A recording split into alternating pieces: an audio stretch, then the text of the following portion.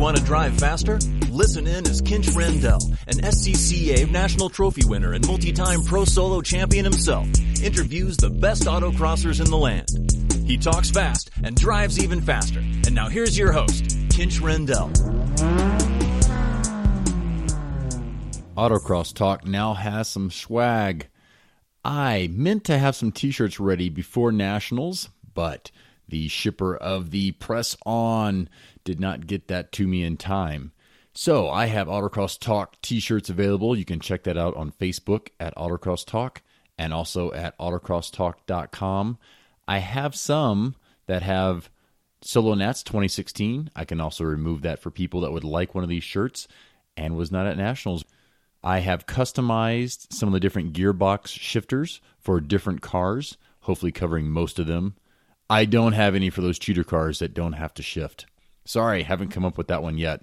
Let me know your thoughts. And if you can spare a few seconds, I'd appreciate a review on iTunes.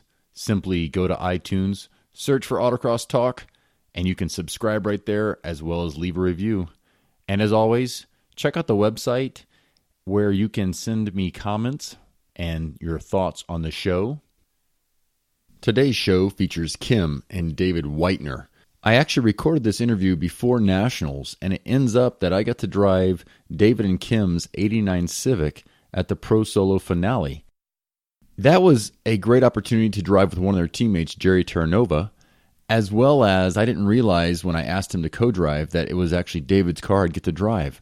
This was extra exciting because his car is set up for Rival S tires, set up with his own shock setup. That's Whitener Racing shocks. And I just wondered, hey, would it be different? Would it be hugely different? I suspected the car would be a lot looser than mine, but I got in it. First run, it wasn't. The car was set up amazing, as you would expect from David. And realize as you listen to this, he had no clue about setup or anything at first. It took Jerry being a mentor for them really to have a breakthrough. I'm very thankful they let me drive the car. It was great. With his setup on the Rival S's, I had no complaints, whereas on my car with the setup for the Toyos with lots of camber, the front end was so much more vague than his setup in his car. So I'm a believer that yes, the tires are fast, and they're probably even faster once you get the setup correct. So I'd like to thank that whole team myself. Andrew Hahn even came over and gave me some pep talks, did some course walks with us, even though he wasn't driving at the Pro. I thank them for letting me be part of the team. That was great.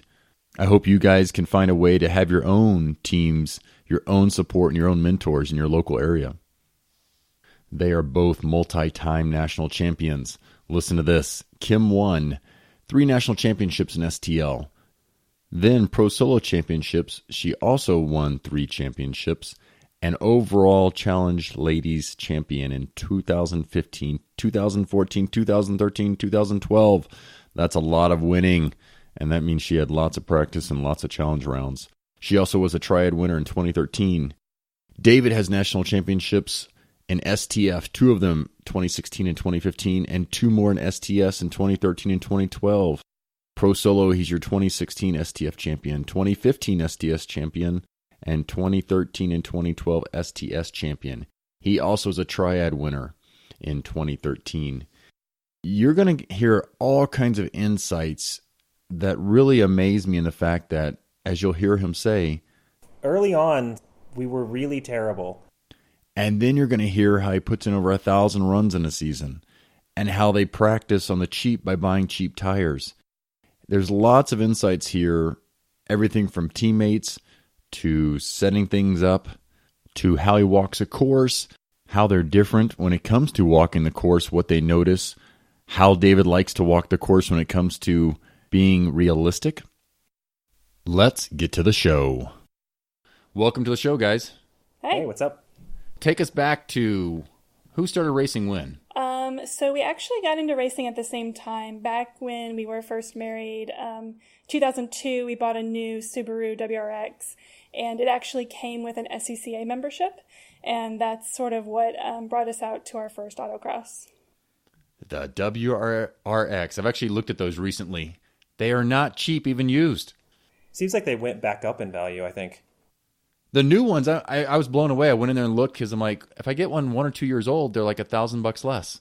So how long do you guys stick around in the WRX? I wrecked it. Yeah, David wrecked it. Then we bought another one, and I drove it to school, back and forth commuting. But then we hopped around. We had the WRX. We had an S2000 for a while. Yeah, in our early years, we drove. I mean, it was pretty much a different car every month. Yeah, it was just whatever we had as a daily driver, and we could put some street tires on, and we ran stock class on street tires back when stock class was a Hoosier class. And by street tires, we mean all season tires. Yeah. I showed up to one event like that in a Civic. I was like, oh yeah, I've got suspension and springs and stuff, not having a clue that 80,000 mile tires suck. So do you guys take us back to that first year? How many events did you make? Were you hooked right away? Yes and no. So we early on, we were really terrible. And one weird thing about our local club here is it pays out cash for the top places in packs. So first place gets $50. Then I think it used to be 50, 45, 40, but it paid out the same for girls as it did for guys. So every event we would go to, Kim would get $40, even if she was third out of three. So it was like, this is great. And then somebody asked us to be on the board of directors of the local club. We got on, and then they said, well, you don't have to pay anymore. So now we were making $40, $50 every month to go to an autocross. So we were really terrible. I don't think we really had a lot of fun in the beginning, but we actually made money at it, which was sort of weird. I mean, I don't know that we made money. It was more of like just being able to afford the tires and being able to go, given the fact that we were pretty poor, first married, I was still in school kind of thing. So yeah, the main thing though, we were, some people are surprised to hear is we were very, very slow when we started. We were, I think for me, so like Kim made, she would, win money for being, third out of three in packs. But for me, I think, it took me 6 or 7 years ever to make it in the top 20. And it was a really long time. Hey, well, do you put some of that being that you were changing cars as well as not having Hoosiers? Definitely changing cars a lot too much was a bad idea. But yeah, besides that, I mean, we were driving, all season tires, no alignment, no sway bar, no shocks, just whatever we had, we took it out there, and it was just whatever. There were some really bad jalopies that we drove. So, and how many events were you guys making back then? I think we did a full season, most of those years. We did a full season, and I mean, our local clubs, you can pretty much race in Texas every weekend from, February through November. So we were going out pretty much every weekend. So you were hooked. So even in the beginning, it was, we were racing quite a bit. I mean, later on, it really turned up quite a bit that we were doing, pretty psycho amounts of street time, but it was still a lot even in the beginning. Yeah, so something hooked you. Was it the competition, or was it trying to figure out how to get better? What do you think kept bringing you back? That's a good question. I mean, I think it was something we could both do together. Yeah. I mean, it's our hobby and it's what we do together. So, some people go to concerts or they travel a lot or, they have a family, kids. We decided to just hang out on the weekends, race together. Tell my wife that. Actually, I've kind of thought if my wife raced, there'd be like less limits or no limits. I keep thinking actually it's probably a blessing she doesn't. Like, we can make all the races. Let's do it. All of them. Let's become crazy. It's actually turned the other way to now where I'm like, so can we buy more tires yet? When do we get more tires? And I was trying to snag one of those. I'm like, do you have any extras? He's like, no. We use all those. Yeah. So 4 or 5 years in, I mean, I think we were pretty frustrated. We just really very consistently did poorly to the point that we were really frustrated. And we went and did a school that helped out a lot. We both got glasses. We had really bad vision. We didn't really think hadn't considered that to be an issue, and that helped. And then we bought a car that had trophied at nationals. So, it came with a set of Hoosiers. It was already set up. And, we had no idea how to do any of that and started driving, and we were suddenly a good bit more competitive. And then after that, we hooked up with Jerry Terranova, he loves instructing.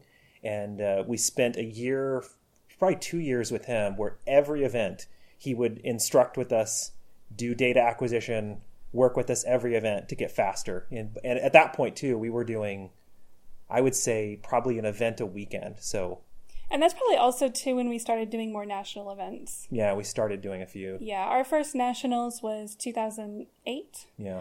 And racing with Jerry, starting to learn from him.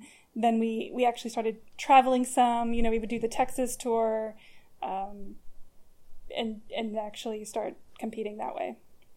This is interesting also that you say that you got the coaching for a year or two. I'm also amazed that you didn't set up cars back then, but now that's one of the niches I say that you're great at. When did that filter I didn't know anything about it back then at all. And so we originally drove with Jerry in a Miata, and it was an E Street Miata, and he lost his job. He got laid off, and he had to sell the car. So Kim and I sat around and talked about it, and we said, look, Jerry knows a lot about car setup. He knows how to test. He knows how to do all those things. Why don't we buy a Civic? He's already built an STS car, and we'll have him teach us how to build it, teach us how to set it up, in addition to all the stuff he had done and teaching us how to drive. And we bought some decent parts, and we actually got, the first local lot we got access to was a small concrete lot, and we would meet up every night after work at 6:00 and test from 6 to dark, 5 days a week for 2 or 3 weeks in a row, before nationals. We just learned, just soaked up tons of knowledge from him on how to build and test properly. Nice. So I wrote down that I need to go ahead and see if he wants to be interviewed. So yeah, take us through some of the things that you remember picking up from that. What would you do each time you'd go out there and test? You said you looked at data, which is surprising. I guess I had not Solo Storm, but TrackMate back then as well. What all did you pick up with him? Yeah, back in the day, for local events, we would use MaxQ data and then, look at it in between every run. Our method is a little different than a lot of other people's. It's, the Hollises, and in particular, Ann Hollis taught us a lot about it, where you just do a really quick 30-second analysis. No deep diving. You don't need to look at lateral Gs or any sort of G forces or sections, anything like that. You just look at the map and you find the biggest one or two places that you were worse than somebody else or somebody was better than you. And then you go, okay, that's what I'm going to work on. So it's really, really quick and dirty. It's the simplest way to analyze it. It takes a little bit to learn it, but it's super, super fast. Yeah, and that's something we still do today. We try after each run to only pick out 1-2 places to go, because if you're trying to focus on 10 things to do better on your next run, likely you won't remember any of them. And so instead, really try to pick out those 1 or 2 places to go faster. That hits home for me because Salil and I have been borrowing Solo Storm lately. And when you try to do 3 or 4 things, forget it. But when you go, oh, there's half a second there, do that differently. It's so easy to figure the 1 or 2 things out. Yeah, maximum benefit in the least amount of time. Yeah, like you're saying, coming to the 10 things, I remember taking a class way back when, and I was probably top 10, 15 in packs most times. And I'm in this class, and I come out of the class thinking, I don't know how to drive. They gave me so many things I need to work on that for like 2 months I regressed. So I could see that even doing the data, if you're blown away by it at first between runs, you may actually regress. Just like if somebody told you did 5 things wrong. Yeah. So Jerry, you guys were looking at data, you were testing. Were you able to time yourself outside of the data to like do slaloms? Were you doing sweepers? What kind of tests were you trying back then? Yeah, so when around that time, we decided, really seriously, we wanted to get better. Like whatever it was going to take, we wanted to do it. And I remember early on with Jerry, I even asked him, like, look, man, we've been doing this for a long time. This was 6 or 7 years in. Like, don't lie to me. Am I always going to suck? Because if I'm always going to suck, like, I want to know. Like, don't lie to me. Like, because we were paying him a good bit of money to have him come and drive with us every time. And looking back, it was absolutely worth it. But, when you've struggled so long, it was really tough. And he, we really stuck with it. It worked out. Hang on, I forgot the question. Oh, no. What kind of tests did you do? Oh, what kind of tests? Oh, so one of the things I looked at back then was what are the fast people doing? And the fast people in our area, they all happened to test a lot. Like they tested all the time to the point that they owned their own timing systems. So I set out and I built my own timing system. So for all of our testing and tuning stuff for a lot of it, we would just use I hacked together a stopwatch and a counter from like a conveyor belt system into a timing system. That is cool. It's stuff like this freaks me out because I haven't done a ton of that. I'm like, oh my goodness. I realized when you were in the class, I was like, oh gosh, I better make sure my car's set up. I know these guys like test and they like make sure their car's all set up, and you told me some stuff. I'm like, I wish I would try all that, but unfortunately I don't jack around the car that much. So no, it's great to know what people can do to get better, because at times I've wondered, can everybody learn? And you would probably say with enough effort and coaching, yes? Yeah, absolutely. Yeah. And say again, in a year or a season, how often did you work with Jerry? Well, I mean, it was were about doing 2 years of every event. So every weekend. Yeah, it's basically every weekend. Yeah. Very cool. I mean, this is the best story I've heard yet. The fact that you put in the work, just like getting a business coach, which I hear a lot about at these masterminds and such. You guys committed and said, hey, we want to figure this out. Can you help us? We think you can, and obviously it has. Yeah, I mean, it really was, a match made in heaven. I mean, Jerry loves teaching. He really does. And, we were just desperate to soak up information. And a lot of times at events, I think people are too easy on you. They want to give you the rosy picture. And, he was really willing to work with us for a long time essentially, we just paid him to co-drive the car with some teaching attached every single event. So, yeah, so he would probably ride with you guys as well and point out things or notice things that you were doing or not doing? Yeah. So we would ride along with each other on every run. Now, did you all also ride with him and pick up things? Yes. Yeah. Yeah. Yep, it worked both ways. Yeah, so can you remember some of the biggest things you picked up? Like, you were over-inputting or you were pushing or not fast enough? For me, it was probably just not being aggressive enough. Like really, just going after it. And for me, early on we were racing on some of the smaller lots, but once we started going out to Mineral Wells more, for me it was more high speed maneuvers and not being afraid, hey, I can spin the car, nothing's going to happen. And you do that at a high speed enough and you just become comfortable with the car. So for me, that's what really helped me, is just learning how to be more comfortable in the car at high speeds and knowing what the car is going to do and being okay with it. David? It's a really long time. I don't really remember a lot as far as specific driving stuff. I do remember initially with him, it was like I could get to the point where I could run those kind of times, but nail a lot of cones and then try to clean it up. And then, really, it's hard to remember a lot of specific driving stuff. That was sort of a long time ago. Yeah, no, that's fine. I come back to like business thoughts. I always hear people, what's your worst failure? Most of the time, I failed at plenty of things. I don't usually just have any of that on the top of my head. I feel like most people, when they begin, if they're slow, they go into turns and they push. One way or another, either too fast or too slow. They're scrubbing off so much time. That might not be true for everyone, but I keep thinking so many people when they're new, they just don't slow down before they turn. Yeah, they're not thinking about, how valuable the corner exit is. Yeah. Have you guys ended up coaching people after the fact? Yeah. I mean, I teach Evo School quite a bit, and then Kim started teaching Evo School in the last year. Yeah. I work professionally at Texas Motor Speedway, so I do instruction there. So after we did all this, there was a couple of autocrossers that worked up at Texas Motor Speedway, and they did basically a thrill driving, basically where you put someone from the street who has no interest. They're like got a gift card to this, from their son or daughter, and we would give them a thrill ride in a Corvette, and then we would have them ride with us. So I got hooked up with that. So I would give thrill rides. We'd go out in a pack of 4 cars and pass, and then we would do instruction, and then that's actually my sort of main gig now, is I go around and do quite a bit of driving instruction. Nice. One thing I've heard is you can even learn more by teaching other people. Have y'all noticed anything in your own driving by teaching, or maybe not? No, absolutely. I mean, I think it's seat time, in my opinion. It's not the same as driving, but it counts as seat time.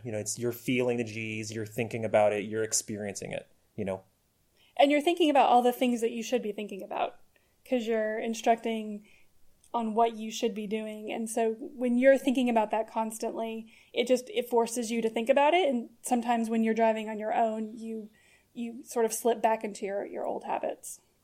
Well, I just was going to say, I think one of the biggest things in our sport of autocross is no one can get seat time. Most people do a small amount of runs, even if they want to work hard. They generally can't get a lot of seat time. So getting any opportunity to get time in the car is good, in my opinion. That's if you really want to be good at this sport, go do 1,000 runs before next year. If you go do 1,000 runs, you're going to be a lot better. And I'd say, especially like you guys, if you have somebody sitting there pointing out what to change or what to try, you can't help but to get better. Yeah. Since you guys track, tell us a little bit about what you've done on the track, the different racing. I see little bits here and there. And how does that help or relate to autocross, maybe being high speed or sweepers or anything? I think 5 or 6 years ago, I was working up at TMS instructing on the track, but I couldn't really afford a lot of track days. We run on a pretty tight budget. We always have. It's not as bad nowadays as it used to be, but it's, we're a pretty tight budget. So, I would occasionally do a track day when I could afford it. And then we had the STS CRX, and I said, I want to go do some time trials. So I went out and did a NASA time trial in the car. It was actually pretty competitive. Their classing system is actually pretty flexible. So you can take pretty much any SCCA autocross car and go run it at a time trial and be reasonably competitive. And from there, Andrew Hahn, who was driving with us at the time, he wanted to go and do some road racing. So we said, hey, let's build a dedicated road racing car. So there's probably a lot more to that and the whole Andrew side of the story. And then that also leads into like shock stuff. But it's, I don't know, Kim, what's your side? So David started doing track days before I did. So recently, over the last maybe 2 years, I've gotten more into it. We do have the track car. So we can actually go out to a NASA event and all three of us, David, myself, and Andrew, all race. So Andrew will take the road races and David will do the time trials and then I'll just do DE. But, we have our Honda Civic or CRX actually, and it does pretty well back-to-back runs under the stress test. Yeah. Oh, so the other one is that one of the other ways we got seat time at high speed was I started my own autocross club at one point in time, which was we would set up time trials at Mineral Wells, and basically, I would get to break even on the site entry and all the other event costs. We would get a crazy amount of seat time, and then once everyone was kicked out in the middle of the day, we could sit around and run until the sun went down. So, 6 or 8 times a year, we would go out and do that and try to get, hundreds of runs and hundreds of laps. As far as like, how does that equate to autocross? I don't really think of them as being separate kinds of driving, personally. For me, also, I don't set my cars up differently for the autocross or the track. On the track, I know what's coming. So even though it's a higher speed and the car is going to feel a little looser, I know what's coming. So there's no oh shit moments generally on the track like you have at an autocross. So Kim just winced at that, but she's like, change that setup for me. Yeah. But, I don't really think of them differently. I do think that it's crazy to me that people who autocross do this for decades and they love cars and they sit around and I'm not really a car guy in that sense. I didn't grow up super interested in cars and neither of us are super car people, but it's amazing to me that people who are car people who autocross all the time and never do a track day. If you want to win a national championship, do a track day once a year. It'll make you better. It makes you, if anything, less afraid. Yeah, it just goes back to just being more comfortable at high speeds in the car and knowing what the car is going to do and being comfortable with it. Yeah. Yeah, somebody suggested that to me years ago when I was in the D-Stock Integra. I'm like, sweepers are where I just I'm not as fast as most people. They're like, go to the track. I've been in the track like twice, maybe 3 times. I even have 2 Civics sitting there. They were supposed to become 1 track Civic and they're still sitting there. I should just pay somebody to stick that because obviously I'm not going to complete that anytime soon. So no, that's. But at least you've done 1 track day. A lot of people have never done anything. The other thing is a lot of autocrosses now, there's poles. There's a lot of racetracks that are really safe. They're safer than autocrosses. Some of them are. So. Yeah, and I can tell people, this was back, let's see, I bought that Evo in 2003 or 4. So I must have gone to the track. It was Second Creek when it was closing. I didn't let myself go. I'm like, I'll get addicted to this. Okay, it's closing. I can go. It must have been 2000, probably 5 or 6. I went out there and I was amazed at how easy it was. Like the guy that rode with me was blown away, but then I was like, oh, I've autocrossed for quite a while. Just the turns are so big that when the car would start sliding, it was so easy to catch it. It was like a super slow autocross when it came to reaction time. Yeah. And that's where I recommend to people. There's no surprises. Yeah, I recommend to people, if you want to go tracking, come autocross first. What would you guys say to that? It's none of us are going to become professional racers, so do what you enjoy. If you want to go do a track day, go do a track day. But I think it's good to try both. You know what I mean? I think they both teach some good skills. People who do track days all the time, and a lot of people, when I do track instruction, I mean, they generally are not comfortable sliding the car around because they haven't been able to do it in an environment where there's no consequence. And people who do autocrosses, I love to go to autocross national tours where I can see there's going to be big 60-mile-an-hour sweepers because I know I am going to be so much faster than my competitors because most of them just aren't used to that. So, yeah, I definitely think you should do both, or at least once every couple years. I mean, if nothing else, I mean, for autocross, it's seat time. You can't get it any other way. And if you want to be better, you need to get seat time. Yeah. And I love that you said you started your own autocross club recently, about 2 months ago. I'm like, what would it take for me to get the insurance just to go ahead and rent the track? And just like you're thinking, yeah. I'm not trying to make money, but what would it take to get 10 or 20 people out there and run as much as you want? Hop in cars, ride with each other, because in Lincoln Spring Nats, when I did that, I was like, just the fun. I was blown away at riding different cars, driving with different cars. I mean, night and day. I was like, wow, this is great. So I've actually helped a number of people figure out how to get seat time for their local club. And one of the biggest easy ways to do it is most people's clubs pay for the insurance by the day. They pay for the site rental by the day, but they only use the site half the day. So yeah, obviously this doesn't work at Devon's and places like that they're running dawn to dusk or there's a set time, but lots of autocross sites aren't on a time restriction. So how we actually started doing our own testing and getting access to sites was first we got on the board of the local club and we said, hey, we want to stick around and do a private test and tune, for a couple club members afterwards. And then we just started doing it every event. So every event we would stick around afterwards, set up our own little timing system, and then run till the sun went down. Yeah, and you get me wondering now if SCCA, when they pay for insurance, do they pay by the day now or do they pay for the weekend? It depends, but it's usually not hourly. You know what I mean? So at least, most of the time there is insurance for the rest of the day, past when the event ends. Yeah, I'll check into that. I guess all of us could check in. I know some small clubs that do things. I was going to contact them and say, what does the insurance cost per car? Just to try to at least figure that out. It's great that you've done that. So maybe I'll put that in the show notes. Yeah, absolutely. And Kim mentioned earlier about getting the confidence by spinning the car. I think back to the days of the first Pro Solos I went to. I would spin and spin and spin. And I think that does teach you, okay, you're getting to the limit, just past it. And there's no consequence usually. I mean, one time I thought I was going to hit the curb, but I didn't. So I think that was a great tip also that, hey, you've got to get past the point to know, I guess you even can get where it's at. Yeah. Sometimes when I instruct, I'll tell people, you know what the car can do, right? Well, go find out what it can't do. Yeah, exactly. And you guys also mentioned about even instructing sitting in the passenger seat. I should probably do more of that. Take the anti-nausea first. More of that because I don't think I have much feel for a car. But in the passenger seat, I feel like I have a lot more of a clue of what the heck's going on. Yeah, you're not thinking about all of those other little things. So yeah, I can basically just sit there and feel things and kind of look at what they're doing. So okay, WRX S2000s. Then you got the Civic with Jerry, and that's kind of when it started clicking for you guys. Well, we had the MR2. We had an MR2. We had an MR2. The MR2 is what we brought to Nationals our first year in 2008, and that was E Street. Yeah. And then after E Street, then that next year is when we co-drove with Jerry in the E Street Miata. And then halfway through that season, we had to abort the Miata, and we got the, actually it was a CRX. Yeah, it was a CRX. So we started building the CRX. And so we've had the CRX since 2009? 2010?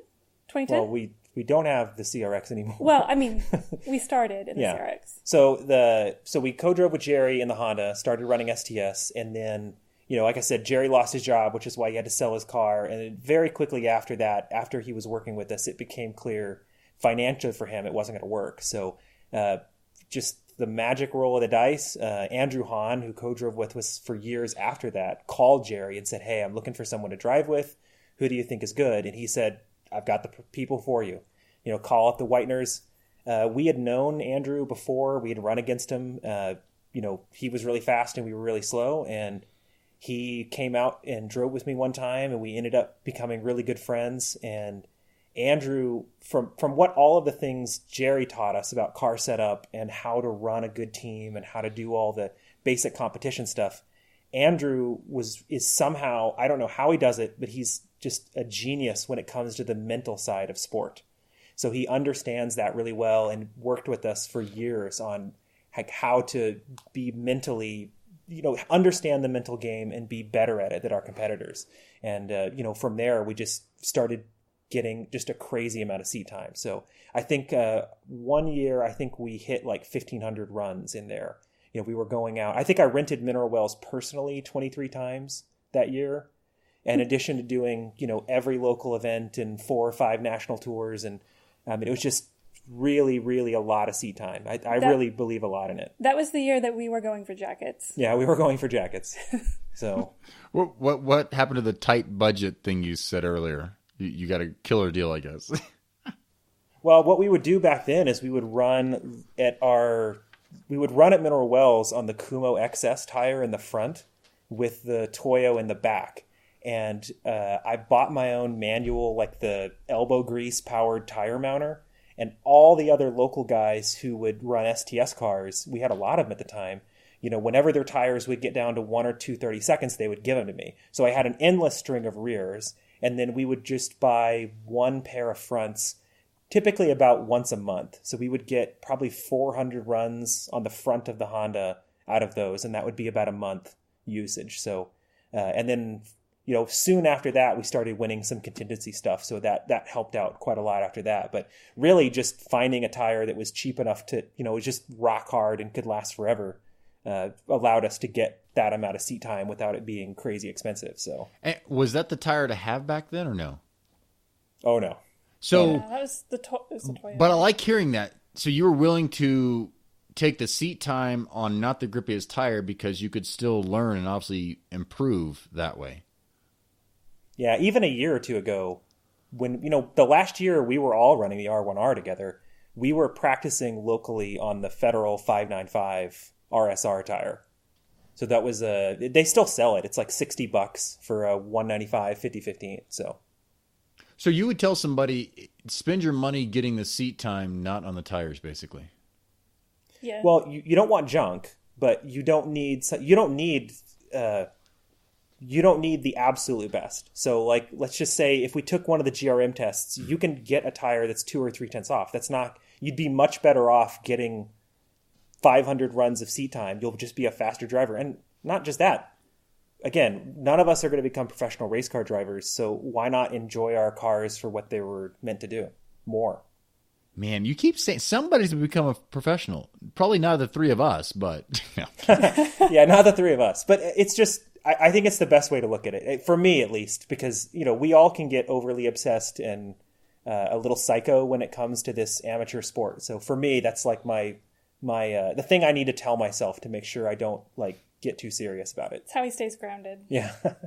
Oh, come back to the mental side. I love the mental stuff. Some of the books I've read, in my mind anyway, once you'll get to a certain level, it's the mental side to work on. I mean, I'll put myself in that category for years now. Sometimes I can drive plenty fast. It comes down to the mental side of whichever race I'm in of how to drive. What stood out to you that you guys learned on that side?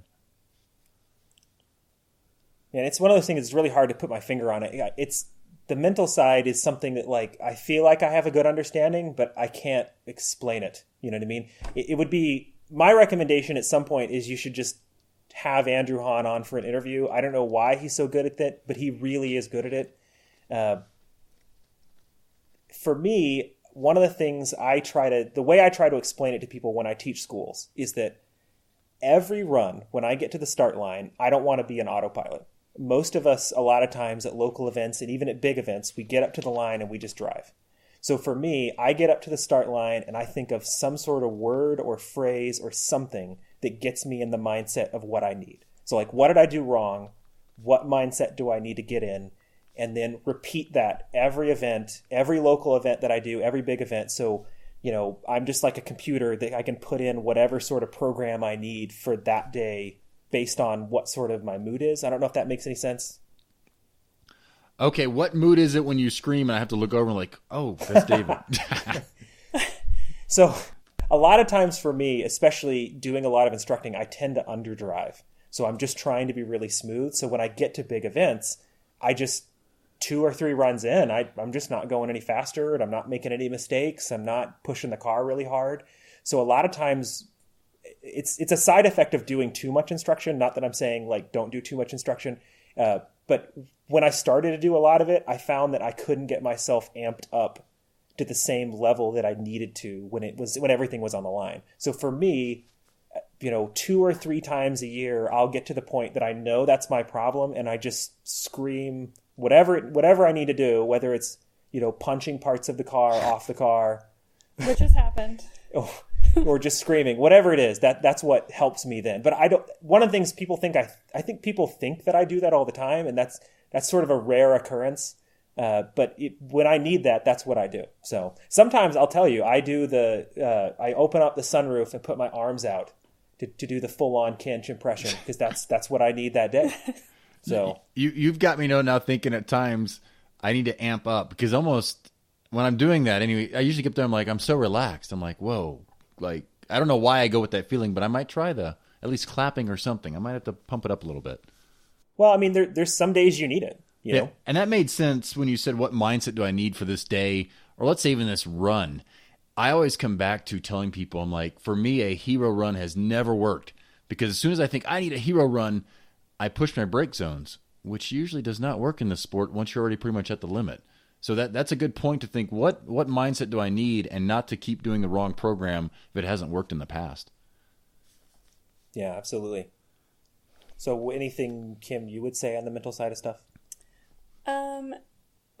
For me, it was just starting to be more comfortable at the events. So when we started doing more national events, it becomes more like a local event for me.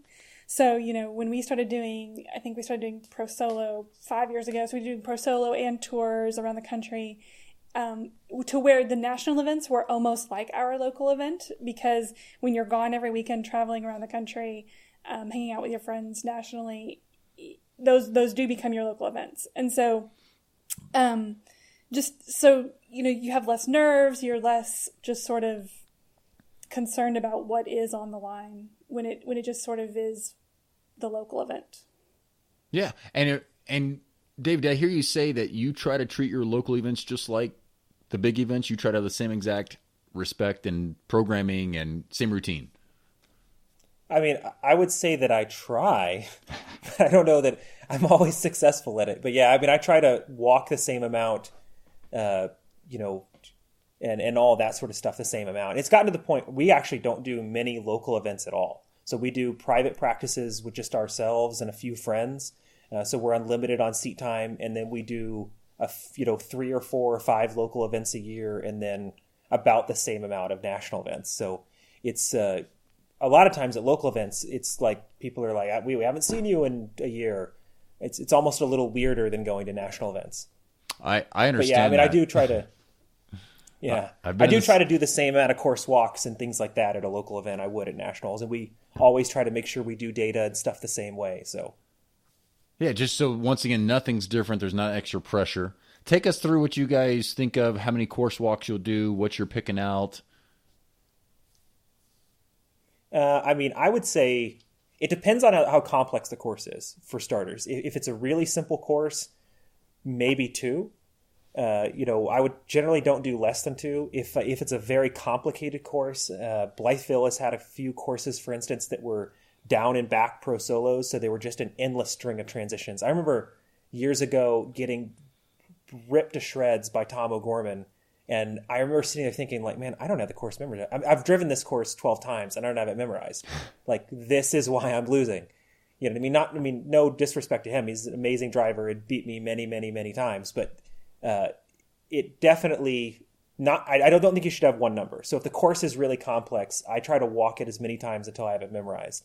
As far as what I'm looking for, over the years when Andrew and I drove, we found, and Kim will probably back me up on this, we would argue a lot about car placement and stuff like that and look at the data and find out, even though we both thought we were doing opposite stuff, we ended up doing the same thing. Or we ended up doing the opposite of what we were arguing. And then we did different things. Basically, I try not to spend a lot of time analyzing where exactly I'm going to put the car and more just think through where I'm going to be looking. That's really mostly it these days, I would say. Kim? What would you say? No, I agree with that. The only thing I disagree with is you say you used to argue with Andrew a lot. I think that's... I mean, you go on a course walk with Andrew and David and you just stay silent and laugh at how they sound like an old married couple.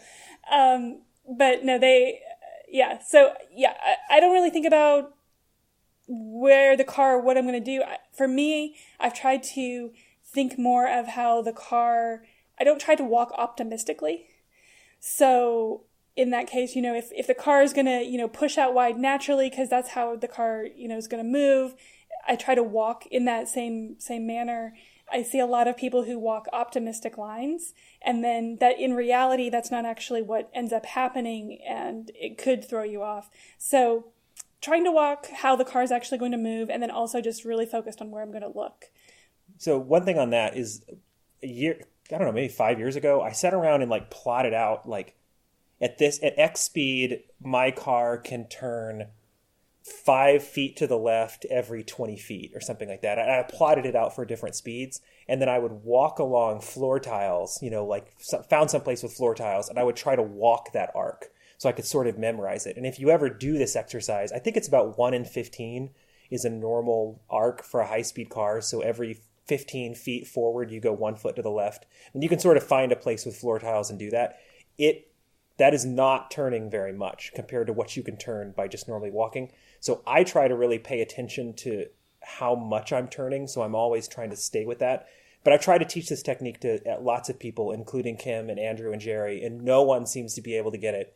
They just roll their eyes as I do my weird walking technique. But I am glad to hear you say that you... optimistic, that's sort of my term, as in I'll be doing my thing, trying to walk sort of with that 15-to-1 ratio, and I'll see people that'll walk past a cone and just suddenly turn 90 degrees to the left, and it's like the car could never do that. I wish it could, but it can't. So I don't know if that makes any sense. Like I said, no one else ever seems to be able to explain this, understand my weird walking technique. So no, that makes total sense to me. I haven't done that, but I point out to people, I'm like, you cannot go to a cone and turn like that unless you're going really, really slow. And most of the time I say you don't want to get there anyway. That's extra distance. So both of you, I can totally relate to that. And that's about the only thing I talk to people about when they're walking course and I don't know them. I'll be like, how can you do that? You just can't go to a point and turn. It's not like a rail that just turns. They don't have rails that turn anyway. But actually in Minecraft, it would be great. Minecraft, they do that. That's gonna be my new thing. I might make a shirt. In Minecraft, you can walk a course like that. So no, I love the walking on. I love the walking on tiles. I think you said a 15-to-1 ratio. So based on the speed, once again, I'm a stickler on that. I walk right where I'm sitting. And in a Civic, I know when I put my arm out, the edge of the car is right there by my fingers. So I walk up to cones, I stick my arm out, and then I scoot over 6 inches. I'm like, wow, I could be so close to this. Yeah. Oh, so 2 other things I could think of now that we're on the subject of walking. One is this is something Hollis taught me, is if you're having an argument, or when you're having an argument about where you should be, walk past what you're talking about and turn around and look at it in reverse. Because generally the arcs are going to be the same either direction. I mean, it's not going to be exactly the same, but generally the arc you're going to want to drive is going to be roughly the same. And a lot of times the optical illusion, whatever tricks the course designer put out there for you, don't work in reverse. So that would be one. The other one is, and this is one we use a lot, because like Kim said, we argue a lot about stuff, even when we shouldn't. It's stupid. But if we're having an argument as to whether, like if you're looking at a pointer cone and going, should I be near that or not? Ask yourself where you would drive if the cone was gone, if it wasn't there. Well, if you would drive right over where it used to be, then you need to be on top of it. But for some reason, a lot of times you'll sit around and think about it and go do that exercise and go like, well, if it wasn't there, I would still go to the left. Well, then you shouldn't be near it. So that one's a really easy, mental thing you can do to figure that out. So I like those points, and I haven't really thought about the cone not being there, but that's excellent. Sometimes I just look at the chalk lines, especially on the inside of a sweeper or a 180, and I tell people, you see that arc, how they drew straight cone to cone? Think about what degree that is, and then you have to smooth that out all the way around is one thing I definitely do to go, I can't drive like that. How would I arc that? Yeah. So where would you drive? I love that. And arguing, I come back to you guys talking about where the car is going to be. I don't think I so much know where the car is going to be. I attribute any of my skill to looking ahead. When I'm looking ahead, I seem to have it figured out. When I don't, it's not so pretty. Absolutely. Yep. All right. So that was the course walking. Some things people are pointing out and looking ahead, they pay attention more to the entry or the exit of, let's talk about sweepers. Do y'all have any specific thoughts when you come into a sweeper? Not really. I mean, what's faster? I mean, do I have a quarter-mile straightaway leading into it or a quarter-mile straightaway leading out of it? So, obviously, I think the way I generally drive is I overslow on the entry and try to concentrate on the exit. But as far as if I'm walking in and analyzing it, then just where is there more benefit? You know what I mean? If you've got a big, long straightaway into a hairpin and then the finish line is right after that, then that would be a different scenario, I think. Yep, I totally agree. That comes back to what John Ames was saying. The tightest turn on the course before the longest straight is the most important. So you plan out a course, I guess, in your mind of where do you get that benefit. One thing that you guys made me think of talking about data, since Salil and I have been doing this, we were looking at one of the courses we just ran, and they're like, look, he's so much tighter on entry to this basically 180 sweeper. I'm like, oh, okay, I'll come in tighter. The oddest thing happened, though. I'm not used to taking such a tight line in, so therefore I blew the exit each time. Like I couldn't mentally slow down enough to this kind of newfangled, I'm going to take this line. You guys probably been doing data so long you don't have those challenges. But in the back of my mind now, it's like I may not be able to drive the line he drove just because I'm not used to doing it. Since I've been racing for so long, I might be used to carrying more speed or more distance even on the entry. And I try to explain in physics in my mind anyway, if I'm going to go extra distance, it better be where I'm going faster. I'm not sure if that clicks or not, but basically if I'm doing distance, I always want it to be where I'm hopefully traveling over these tiles on the floor faster. One thing I would say on distance is I think for me, it is acceptable to drive longer distance on my first run if it's more conservative. If I'm less likely to screw something up, then it's worth it. And then if the run is clean and it's good, I can tighten it up on the next one. But I definitely, I'm not so hardcore on distance as other people, I would say. Kim? Yeah, generally you walk a pretty wider line, and we're always like, no, you don't want to put that much distance out there. And you say, well, I can't see distance or hills, and you can't what? We move on. What's he say? David also can't see elevation in courses. So if there's, a little bit of elevation or off camber, on camber, we say those things to him and he's like, I don't know what you guys are talking about. And he just keeps walking. Yeah, I really can't see any elevation. I can't see it, and I can almost never ever feel it in a race car. So you're talking about even on camber, off camber walking? Yeah, no. Yeah. You don't even worry about it. I feel like I can't see it. Like a lot of times I'll walk through something and people will tell me it's on camber or off camber, and I can't really see it. And a lot of times too, I mean, I've held up a level because people were telling me this one lot we had at a quarter that was always on camera. It's like, that's 1 degree. Like this is, I don't feel it in the seat. I know when I went to Qualcomm, which has all the elevation, I got ripped to shreds. This was like, apparently that's a weakness of mine. So yeah, even at Mineral Wells, as you're looking on the courses, the left course falls off so much. I try to make note of that now, but either I'm on the line I want to be on and I keep going, or I slow down or accelerate. So I can agree with you. And then what you just said about Qualcomm, which one's out in DC? Whichever lot's out there. I went to the Pro Solo, drove all the way out there in Integra, and they have like a domed lot. I sucked. Oh, I sucked. I mean, I was putting my exhaust back on and impound.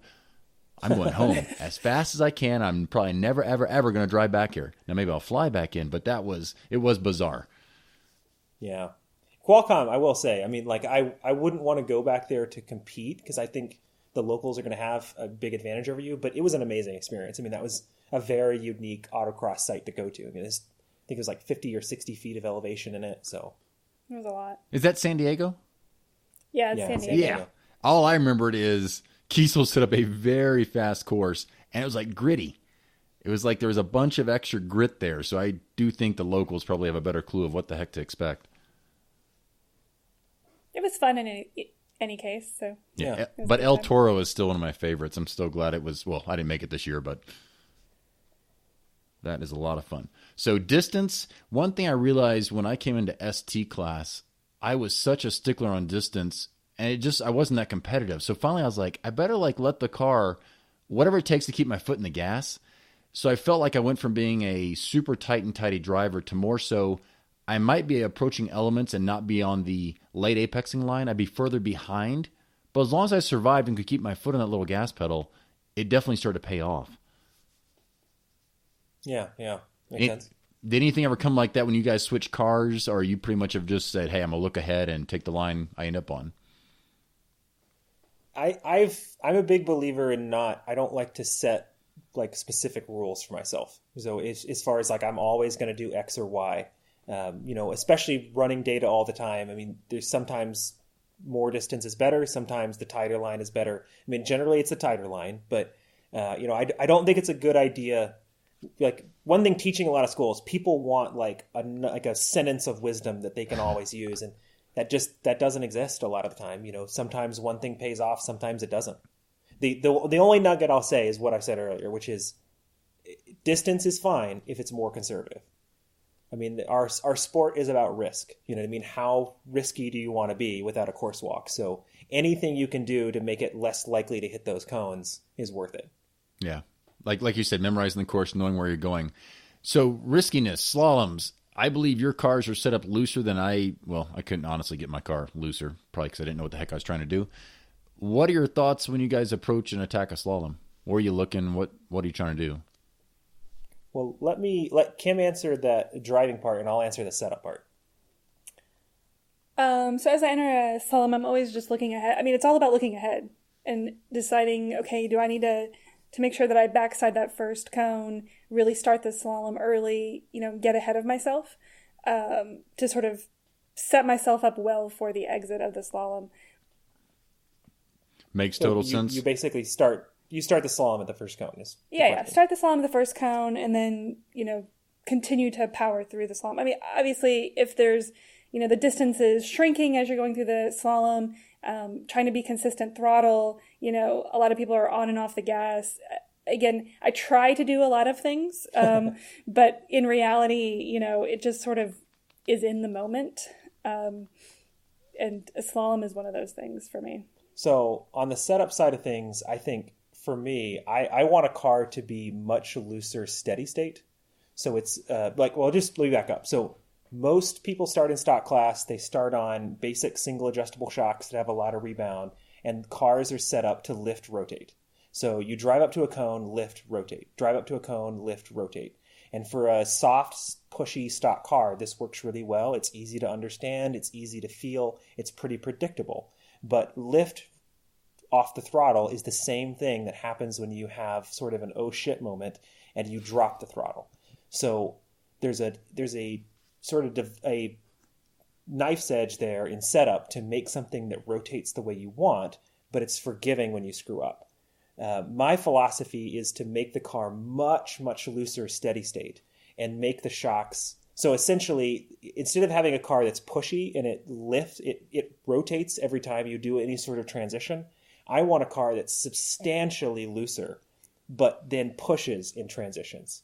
So every time I lift, it stops the car from spinning. And then when I drop the throttle, it prevents it from spinning. I think ultimately it can be faster. It's not always, and it's not always what everybody likes. The downside of it is that sometimes when people get in and drive a car that I have, they're used to doing every slalom cone, power lift, power lift, power lift. And generally a car that I set up does not respond well to that. It works well to just hold the throttle steady. You want to hear a drone from the engine and just steer. And the car just does what it needs to do. Yeah, it sounds like it stays planted when you're doing that. You keep any throttle in it, you can attack the slalom. Yeah, yeah. So I just come back to when Kim drove my Civic and she's like, it's not doing anything. I don't think I do that, but since I left foot brake, it really changed the dynamics. I keep telling people that I thought my car was somewhat loose. I guess when people get in there and lift at the wrong times, it is, which you guys don't have those habits. You're way too experienced. So I just can't wait that the fact I get to drive your car here coming up in less than a week. So yeah. Report back, be like, that was crazy or that was magical. I want to be on the list for whenever I get shocks, however far out that is. I don't know. I don't think you'll end up thinking it's that different. Honestly, I doubt either. A Civic set up well as a Civic. And once again, since I left foot brake, does Jerry left foot brake? Jerry left foot brakes. Do you guys left foot brake? No.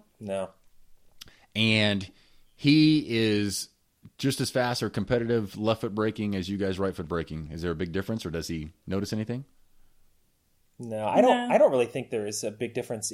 I know, like when I instruct, I can't tell from the passenger seat if someone's doing it. Can you? No, I usually have to ask them. Yeah, I usually have to ask them. If they're doing it well, either method, I think it's about the same. I would say I'm in one minority in that I a lot of times encourage people not to learn it because I think there are some downsides that people don't think about. The upsides are obvious. You don't have as much movement to go from pedal to pedal. But the downside is that the sort of barrier to braking is very low. So think about times that you enter a corner and you go for the brake pedal and your foot misses. That's happened to everybody, right? And there are situations where that happens, and then you go like, oh, I guess I didn't need to brake that soon. Like, why was I braking that soon? Like, it all works out fine. A lot of times we all brake too much, too soon, too often. So having your finger on the trigger means you're more likely to make that mistake. It's just less time that, I think a right foot braker many times has the emotion and decision to brake, starts moving their foot, and then can cancel it.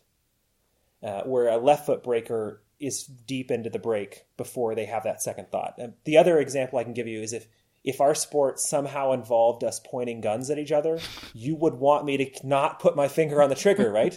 Or have it on there the whole time. Yeah, exactly.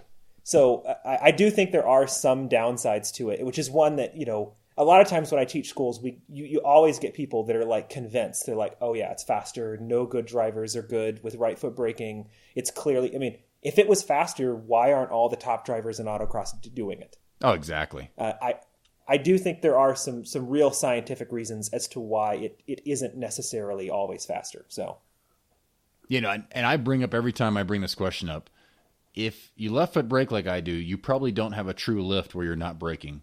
And I am trying to learn that, but it's not something I ever even considered until maybe a year or two ago. That's just not in my tool belt. You guys will have a lift probably as well as a brake, and you always get a little lift in between the two. But if you left foot brake, you can not only drag the brakes and accelerate, you never really basically probably lift much, at least not a hard lift. Yeah, and the half lift, which in a Civic doesn't do anything except makes you feel better.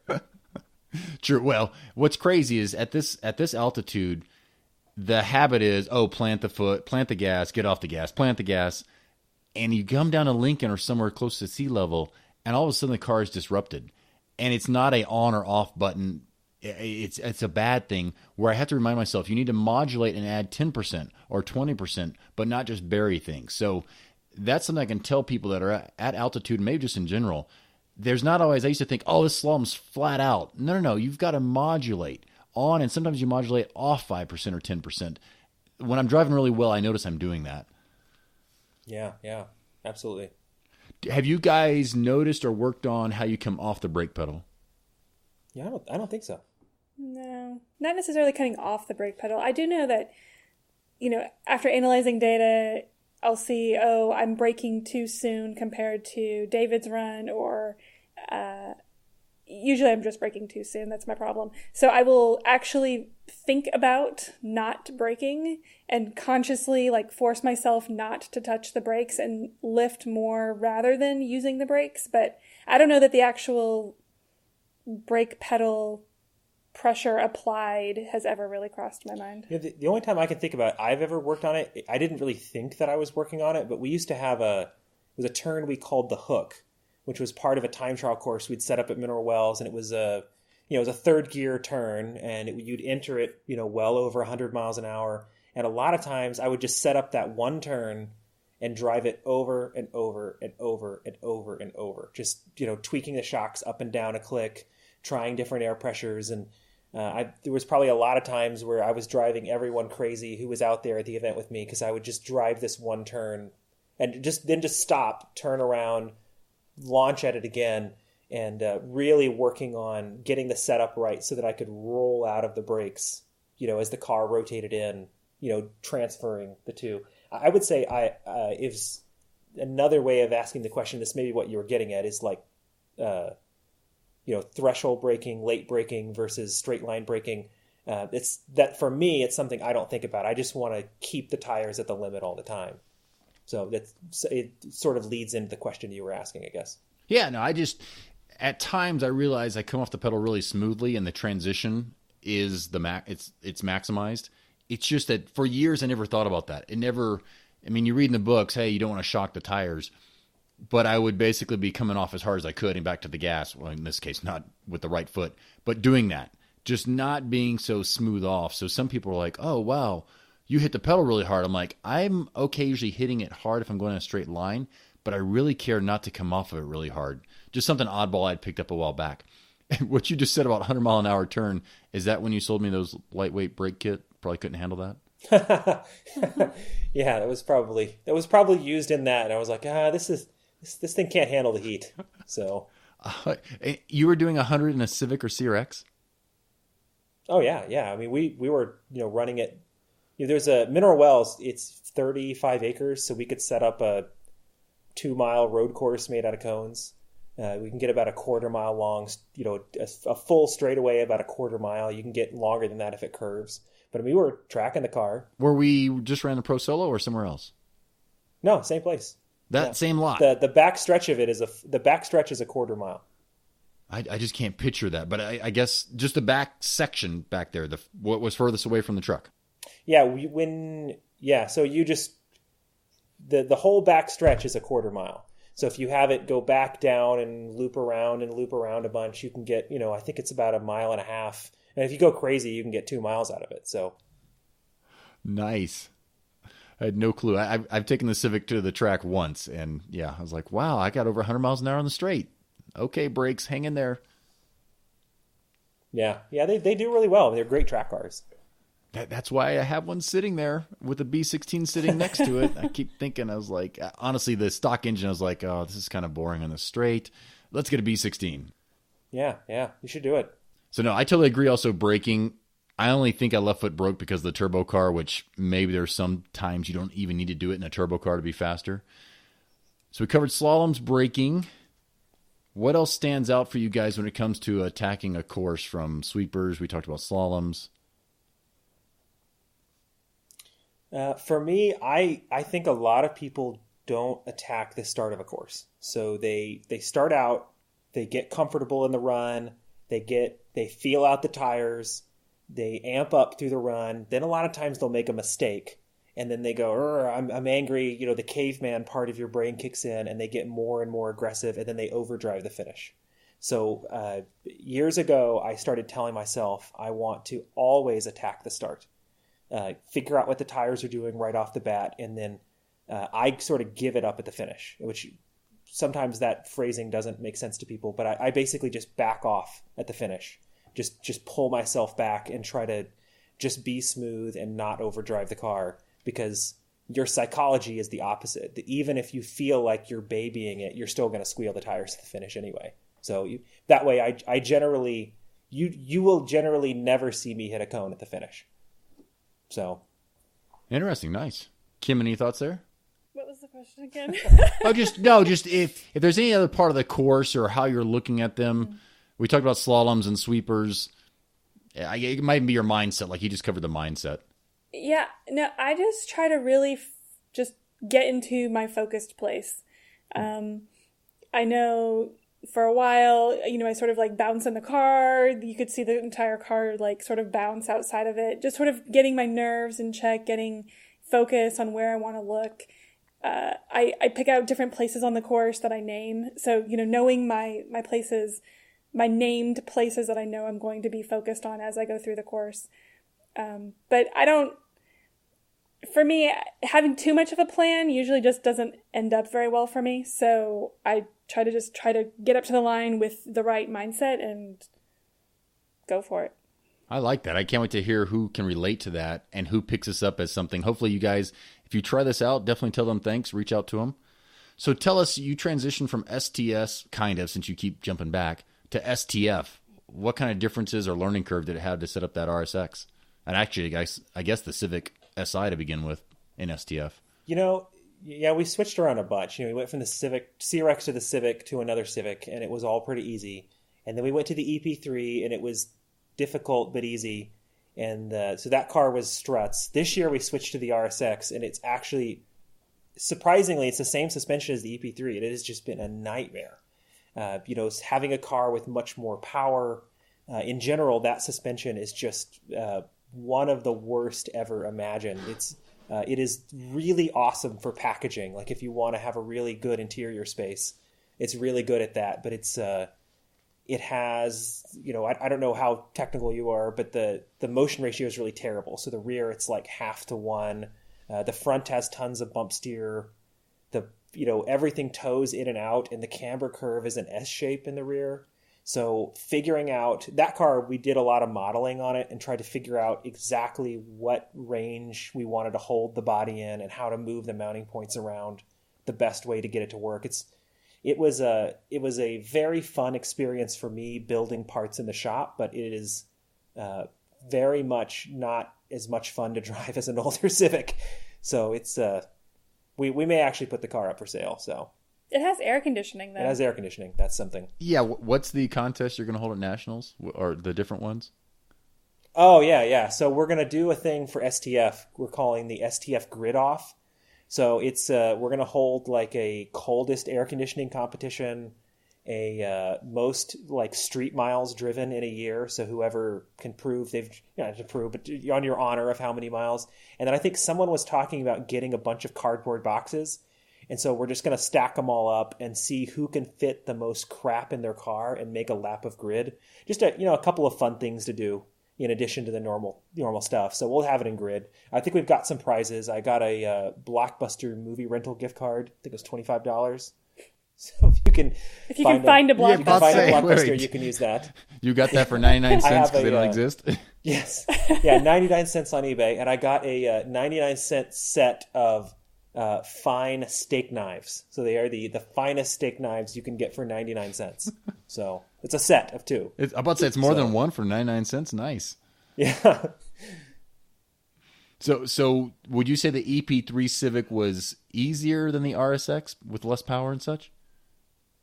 Yeah, it was a lot more like the other ST cars. So part of what was hard on the RSX, just to be completely honest, was my own mistakes. I thought, this car's got so much power. I need to take the camber out. We went down a rabbit hole on shocks, and a lot of it was just learning things that I hadn't. I mean, the whole thing was sort of a science project. I don't sell any parts for that car because I don't know it well enough, and I don't think it's good enough to sell. So it was just sort of a science project for us. I think at this point, what we're going to Nationals with, we revalved them 2 or 3 times a week or two ago, brought the final valving out yesterday, and I think it's the 26th valving change for the rear and the 22nd for the front. Oh, gosh. I just need to live by you and pay you to, make things right. Actually, I'll send cars, fix them, send them back. So, take me back to this little side note here. The S2000, what did you guys drive? Something in stock class? Yeah, we drove a A-Street S2000 for a little while. Yeah. It was my daily driver. Nice. So. I like it. Yeah, they're fun cars. Yeah. Oh, yeah. And all this coaching and stuff. What stands out to you guys when you drive other people's cars? You coach them. What cars really stand out as fun? Or I hate most everything that I'm ever in. I don't like many cars actually. A good street tires, a good Miata or a good Honda is a lot of fun, but most of the cars that I ever drive, I go, I could live without it. I don't, I'm not super, not that I'm not super impressed, but I don't care that much about cars. So driving big fancy stuff doesn't really, I don't really know what any of that is or care that much about it. But most of the stuff that I drive, that's not the way I would set it up. So I don't have that much fun driving it. Kim, any thoughts for you besides my car sucked? I mean, for me, it definitely takes me out of my comfort zone, hopping from car to car and trying to figure out, because every car is different. It's all set up differently. People have, their way of how they like to set things up. And it's not what you like. And it's not what I like normally.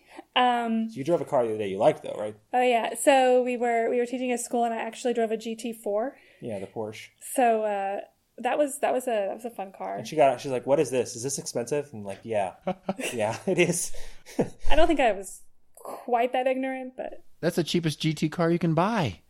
Everyone should go ahead and try to get one. Goes up in value. We did a school a couple weeks ago in St. Louis, and there was I can't remember, it was whatever the newest, hottest Mustang is, and Kim got to drive it, and all these guys were coming over like, "Oh, what did you think?" She's like, "What is it? I don't know." Was it the GT or was it even above that? We're not really sure. I think it goes back to David's original comment about how neither one of us are really car people. We enjoy racing and we enjoy what we do. And it's a fun thing we can do together.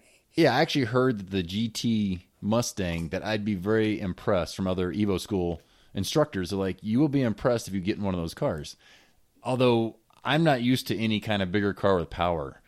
Yes, I'm in one this year, but it's not bigger and heavier, I don't think. So those Mustangs, I have no clue if I'd have a chance of driving them well at all.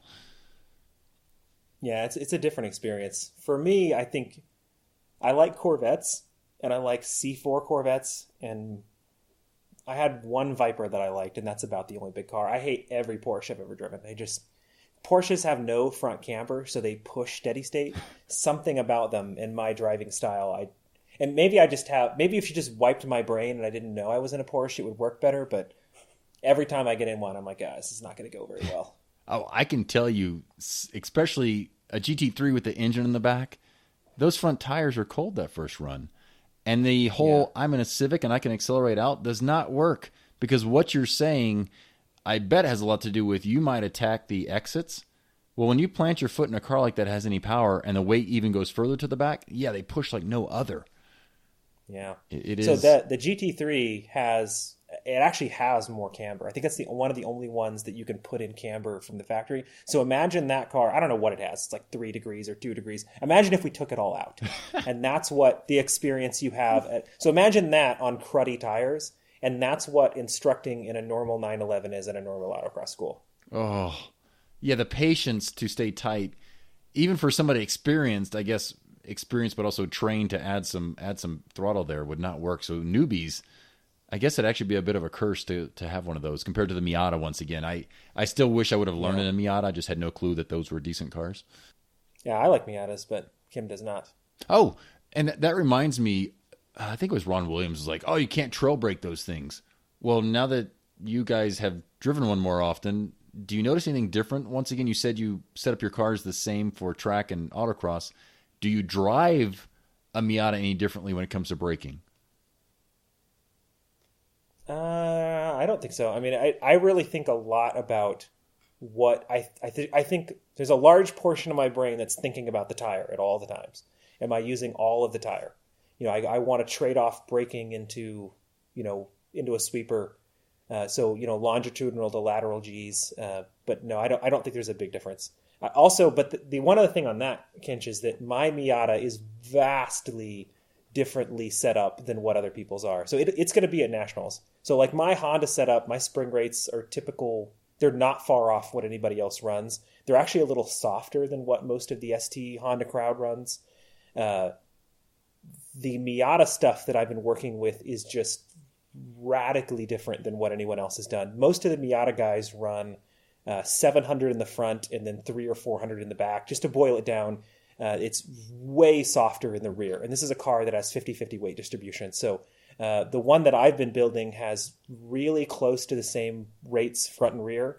And it has a giant front bar, a couple of really trick stuff, and it handles like nothing, like any other Miata that most other people have made. Most people I tell the setup to go, they think I'm like joking with them, or it would be impossible to drive. But again, it's a totally different strategy when it comes to the shocks. So nice, yeah. So would you at some point, I know demand's high and time to make them probably isn't, would you offer those to people?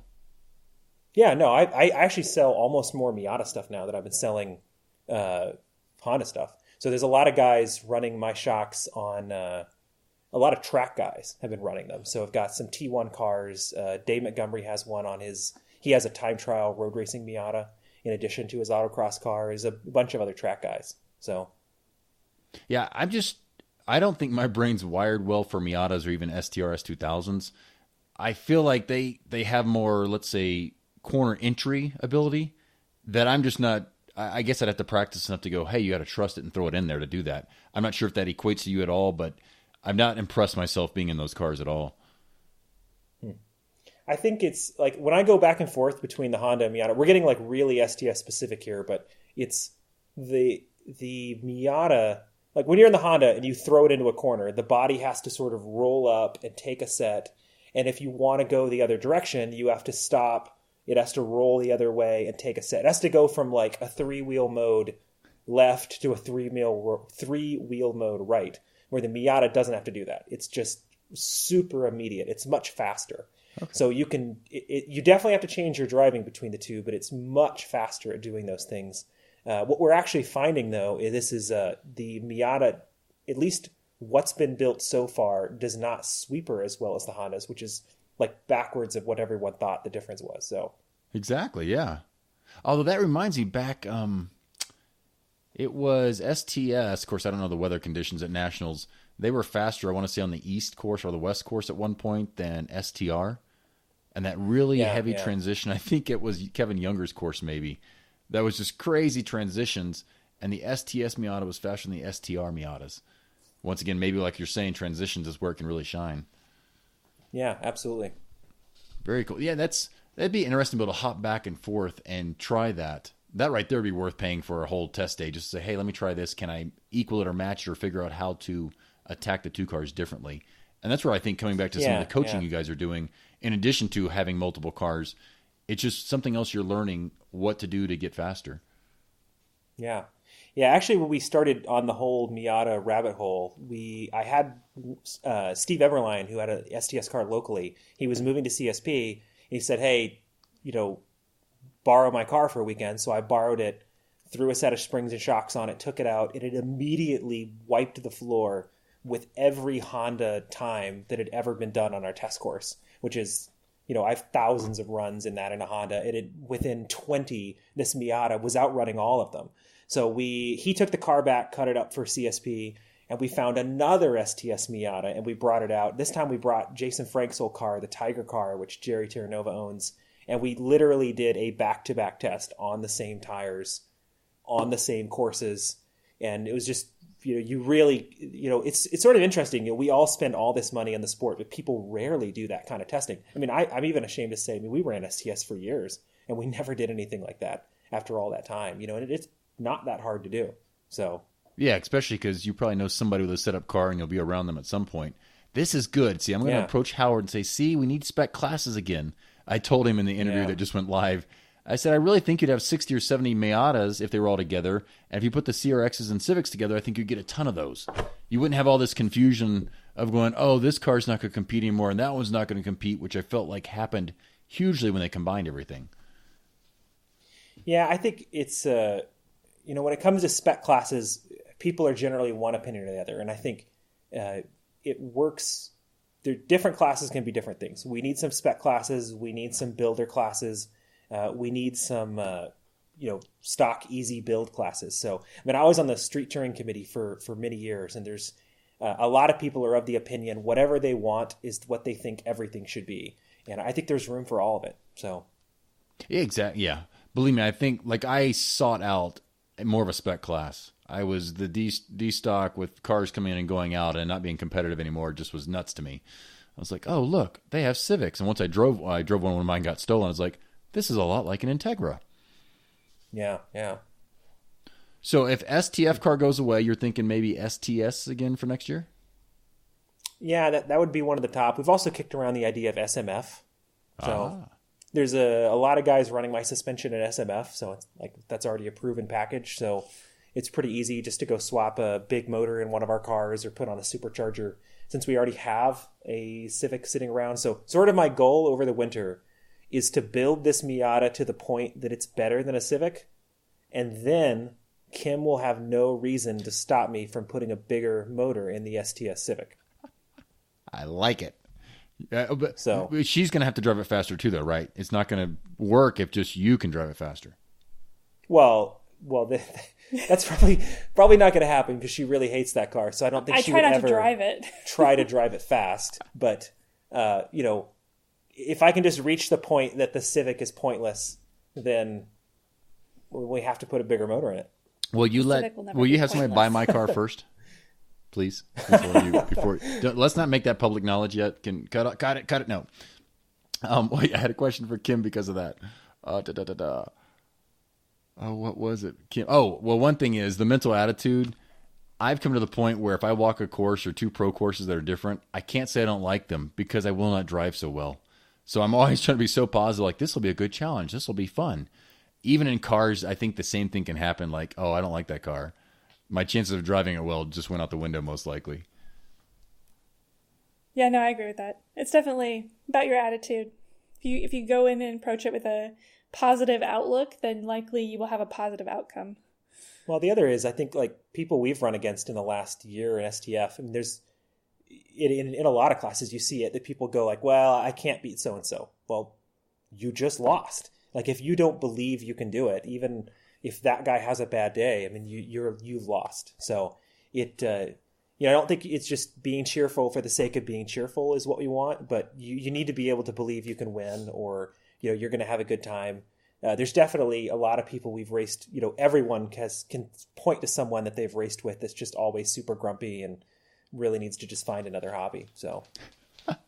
Oh, I remember now. Kim, was there a mental challenge or something when you've run more and more open class?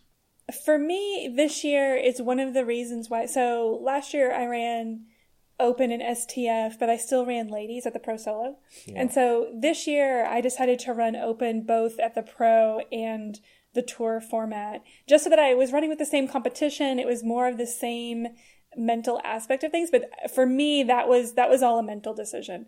It was more about just preparing myself and running against the same competition throughout the year than anything else. I guess one other thing on the subject that you can touch on is like when you started running ladies, like years ago. I mean, there's a lot of stuff I can think back to of like, like the whole subject of skirting, and there's definitely been guys that you've run against over the years that clearly do not like getting beat by a girl, and I mean. Yeah, I mean, generally I try to approach the class openly. I want to be part of the class and not really make a big deal about the fact that I'm a girl or, beating you and I'm a girl. We're all just here to have fun and race. And that's what my approach is. And I try to make it less about gender and just more about racing. Yeah, there definitely was a period when she first started running guys, or I even think earlier than that. Like when we first started improving, there was a period where she was just beating me all the time. And it happens a lot locally that she'll go through a couple months, like this year in the RSX, like the first couple months, you're just kicking my ass every event. But I think back to 10 years ago that a lot of times, and maybe just it might be the autocross announcers in our part of the country would tend to be pretty mean over the microphone, but a lot of them could just be really mean, and that gets in people's head. And I think when you started running guys, there would be people that you would beat, and it really would just be like, look, guys, everyone just shut up about this. Like, we don't need to like all go rub it in on this one guy, because then it makes her feel like she's not wanted, because clearly that guy does not like this and does not like having her around. And leading to that, I would say we generally don't like, and a lot of people disagree with this, and that's fine. But we're not big fans of the whole skirting thing because it makes things weird sometimes. Yeah, somebody may not be happy about that, or there's at least a chance that someone's not going to be happy about that. Right. I mean, it could make people uncomfortable or not, enjoy it. And again, it's less about I'm a girl and I beat you. It's more, hey, we're all here driving around stupid cones in a stupid parking lot. Yeah. And at the end of the day, we're all just here to have fun. And, for David and I, we do this as a hobby. We do this as something for fun together, and we push each other, and we want both of us to succeed, whether that's David on some events, I win some events. It's just, we're just all working to have fun. Yeah, and like you're saying, being able to race together, in this case, you're really racing together because you're co-driving at the exact same time. That's probably adds a nice element for the data to help each other out, as well as just you're there together. You're not waiting around at different times for different people to run at different times even. Yeah. It's, it definitely is. I mean, I might regret saying this, but it has been a learning experience being like true teammates with spouse. So I'm going to back away a little bit. Hey, it's all pre-recorded. No. Don't worry. If anything's not good, you can let me know. I write down all kinds of things like what to cut or what topics are at what time. So I just wrote down 122.45, true teammates and such.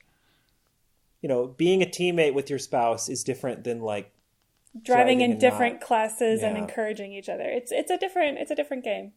Oh yeah, especially if there's competitiveness there, I can only imagine. And that's where, in my mind, there are different groups of us or different types of people at autocross for different reasons. Some of us are competitive, and for me, I'm really competitive against myself, but I have to judge the times other people are running, whether it's in my class or overall or what have you. Some people I think are car nuts. Some people are just social. They want to come out. Hey, there's cars. So I think we all fall in different categories, and I can only imagine like, oh, we're now teammates, yet we're kind of competing also. Well, one thing on that I would say, years ago, Jerry Terranova told us something. It was like, look, we want to be teammates, and that's different than co-drivers. It's a fundamentally different thing. And when you're teammates with somebody, you want to be 1 and 2, and the positions of 1 and 2 doesn't matter.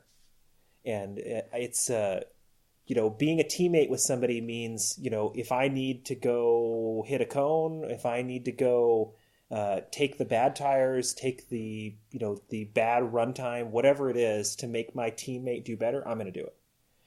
Whereas a co-driver, I would say for us, we always try to not be competitive with each other or anyone else who's teammates with us. And that's worked out really well because there's definitely, I think, a lot of semi-poisonous co-drivers out there. That's I love that aspect of we want to be teammates, not co-drivers. Like you are looking out because you're on the same team, and the finish 1 or 2 doesn't matter how you finish there. And I can imagine that if you say poisonous co-drivers, people pointing out, hey, I beat you by this much. Ha, I got you again this time. Yeah. Ha, that really can clue into if that's happening, the person that's being beat is not that happy. Whereas I also think it takes a good teammate that if they own the car and they're ever getting beat, that they're okay with that because it's an overall, we are teammates. We're both trying to help each other get better. Yeah. You're going to say something? Well, I would say it comes back to the mental thing. A teammate is focused on, like the years I co-drove with Andrew, he wanted me to win more than he wanted himself to win. And he was constantly thinking about that, like what would get me in the right mindset. And that having somebody that does that for you makes you a half second faster. It's just, it's like having somebody, it's like a batting coach or something like that. I don't know a lot of sports analogies, but having someone that's focused on that, helping you, is a massive difference in the mental game instead of just thinking about themselves. The other one is I know with good teammates, with Jerry and I and Andrew and I and Kim and I are working on it, is that I don't make good decisions when I'm in the race car. So if I'm at a pro solo and I'm thinking about what kind of mental state I need to be in or how fast I need to go at a given state of time, if I just made a run, I'm not in the mental state to think about that for the next run. And so that's what my teammates are there to do. they're doing that math. They're getting me in the right mindset every run, making eye contact, seeing what's in my head, and getting me on the right track. And that's something that I know for us. I mean, we're even at local events. I mean, we're cheering each other on. We try to just treat this in a way that is, it's I don't know if I would say more serious or more professional, but it's I don't know. I mean, we're usually much more ecstatic and making noise and getting each other pumped up in between runs than a lot of other co-drivers that I've seen. So I would say. Go ahead, Kim. Go ahead. I was just going to say, I think we try and focus on encouraging each other and making sure that we're all in the right mental state before whoever the driver is taking their next run, rather than focused on spraying tires or scraping tires or checking air pressure or running around like crazy people in grid. Instead, just really focused on pumping each other up. I say that extends out to a bigger team with you guys is what I've seen at so many events. There might be 8 or 9 of you guys that are all a team. Even if they're all in the same class at times, I've definitely seen that with you guys. Well, a lot of times now we've had a few guys build STS cars locally that we've been able to coach and help along the sport and give back in ways that people helped us. And that's been really rewarding. And it gives back to us somewhat too. We learn things from them. We actually got to the point now where we had somebody locally, an STS guy who's a programmer, made this program you can put on your tablet. And we have a little tiny Wi-Fi computer, and everybody makes a run and they walk towards the computer and hit a button and it syncs everyone's tablets. So we haven't got to the point yet that it's all working, but the idea is that we could have, at the College Station Tour next year, we could have 6 or 7 people all sharing data acquisition in the middle of a national tour. Yeah, flawlessly. Unlike when I was trying to download at Mineral Wells for somebody, it's like, oh, wait, we got to put it on a card and open the right thing. Yeah. And I'm used to Apple, so I don't have a clue what's going on over there. That's great. I was like, God. And that's where one thing that stood out in an earlier interview was even having a team of people to do the data, once again, like you guys referenced, somebody else look at the data and tell me what to do. Just say, hey, look, it's here and here. That I was like, oh, my goodness, I never thought about that. I like kind of being frantic. I'm okay with that. Probably why I go to the line and try to calm down. But if somebody just goes and says, hey, right here you need to do this, and right there do that, it takes all the mental part that you need to probably save for the next run out of that. So once again, like you guys worrying more about the mental aspect than, hey, is a tire exactly the right temperature? I think you obviously hit a winning scenario right there. That's a huge thing to take into account, more so than can I click my shock one turn? Are you mentally okay? Yeah. Do you mentally know what you should do? Did somebody see that you're down when you should be up because you have another chance, you have another run? Yeah, definitely with, you mentioned the shocks, like not having adjustable shocks, like wasn't something we set out to do at all. Like I never set out to like make our autocross cars not have adjustable shocks. And once we started running with them, it was like, well, no, yeah, the car's loose. Well, the car's loose because you're driving it wrong. Like focus on your driving instead of just running to adjust the car, or you'll end up sort of spiraling down a hole. The other story I could say on the whole mental thing is like the first year I won nationals, I think our data acquisition broke and the GoPro was doing its GoPro thing where it breaks half the time. And I think, so Tom O'Gorman and Dave Montgomery were jacking up their car. This is like years ago, so I may not be remembering it correctly, but they were jacking up the car between runs, pulling all the tires off, throwing them in kiddie pools. And they had a team of people like doing the little jigglers to jiggle all the stuff off. And everybody in the class was doing all that. They were jacking the cars up, jiggling things off, spraying the tires. And Andrew and I just said, look, let's not do any of it. Stop the sprayer. Don't check the tire pressures. Just get each other pumped. If we can get pumped, that's all we need to do. And it worked really well. I can second that. I'm not sure what Kim thinks about that, but I've had times where I'm like, oh, I totally forgot to do that stuff. And from the shock side, I've never been someone that changes shocks during an event. I mean, maybe it's happened a time or two. I don't remember. Just because usually there's nothing I'm going to go, that's not going to fix something. I just don't believe enough in the shocks I've ever had that, I'm going to tweak that because I've tested before and not noticed a difference. So I guess that was a blessing in some cases, although I think I'm lacking a little bit and it's in not testing more and more every year. But I totally agree, the mental side, because in this racing, you make 1 or 2 mistakes and that can be more than I think shocks can even get you. Yeah, my dream shock, if I could build it, would be a shock that every time you adjust it, you have to pay $1 more than last time.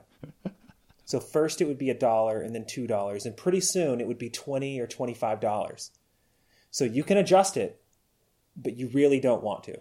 Because there's a lot of people I see that they make a run on cold tires and they're too fast with their hands, or they're not looking ahead, and the first thing they go to is just run and crank all the shock out on one end of the car, and then they get used to driving it that way, and it's just never right. So I forget who said it. Maybe it was Tom Reynolds recently. It's a placebo turn. He had a good point. At least I took it as a good point. He goes, so people go and adjust their tire pressures one pound. He goes, for a lot of cars, you need to adjust it like 3 pounds before you can even feel it. I'm like, well, for me, probably at least that much. I don't perceive that big of a difference. I said, I will admit, when I'm in a CRX or Civic and it's a first run and the rear tires are cold, I let a few pounds out, just in hopes it's not crazy loose. But I like what you're saying, that they're going back there and jacking around, especially if it's first run to second run, your tires are probably cold.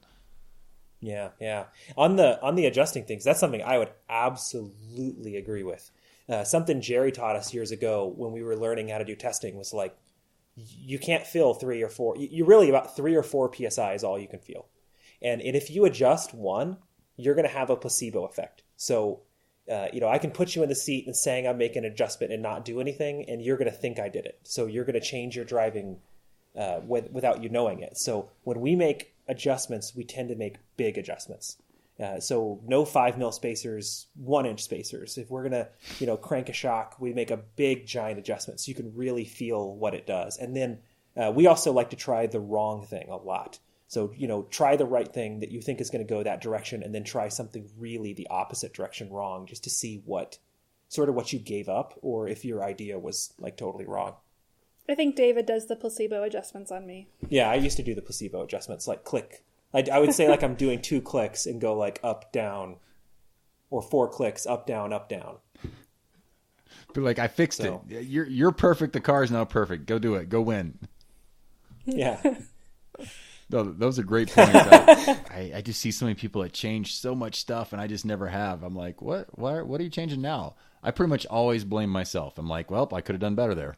Now, I admit at Mineral Wells, at that Pro, I didn't know anything else to do. Luckily, I downloaded the car and saw I was down 10 horsepower. I'm like, I'm hoping that's the reason I wasn't so fast. I was like, really? I just cannot compete, and yet I feel like I'm at the limit. So that's something I can't say enough times on this podcast now. At some level, if you're up there high enough, you probably should dyno your car every year. I have dynoed, the Civic's the only car I've ever dynoed. And I think it's been to the dyno 3 times. One was to tune it back in the day. Yeah. It's sort of a yearly checklist is a good idea, Yeah, what would be on that list? So that's something I never thought of was, I should dyno my car each year to see how it's doing. That never occurred. I'm still kicking myself going back to my Type R that had 100,000 miles or whatever it had on it. I never dynoed it to see how it was doing ever. I don't even think I did a compression test. Well, I mean, for me, it's not just dyno, but every year, what is something I can do to make more power? Just something wacky I can try, a different intake, just more tuning, whatever it is, and do it on the dyno. For me on the list would be a track day. We sort of have a pre-nationals list of, normal stuff like alignment and corner balance, just checking everything to make sure nothing's changed. But this is sort of heading in 2 different directions. But one, I think it was the thing from John Heinrichsey where he says what he does is he checks the alignment and corner balance at home. And then when he gets to the site, he checks it again. And then if he wins, he checks it again.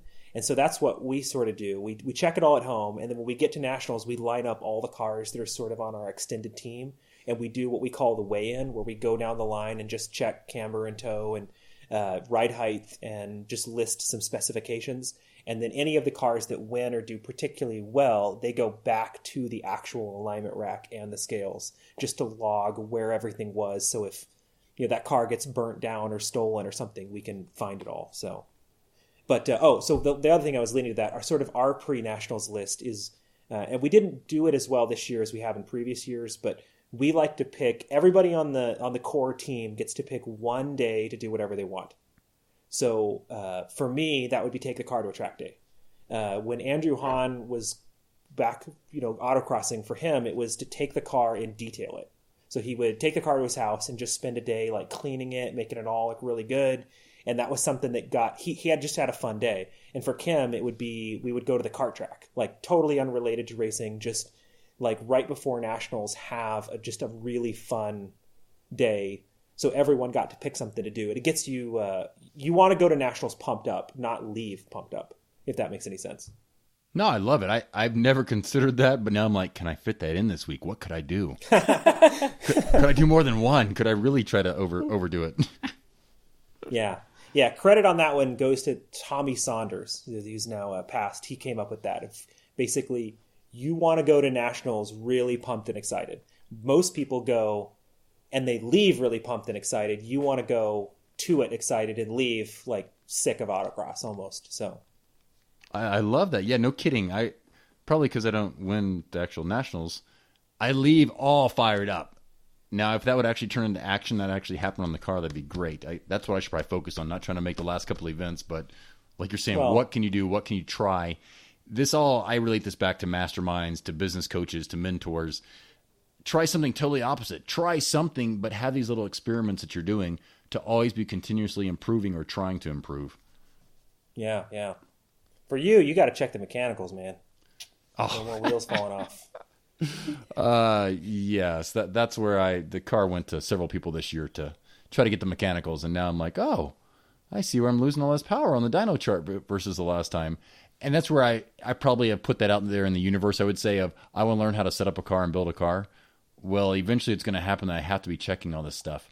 And something I want to point out that you guys said is checking the alignment at home and at the event.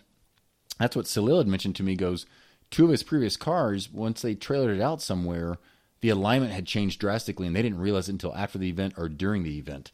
Is there a certain thing you would recommend for how you tie a car down via the tires or via jack points or something else to maybe help with that?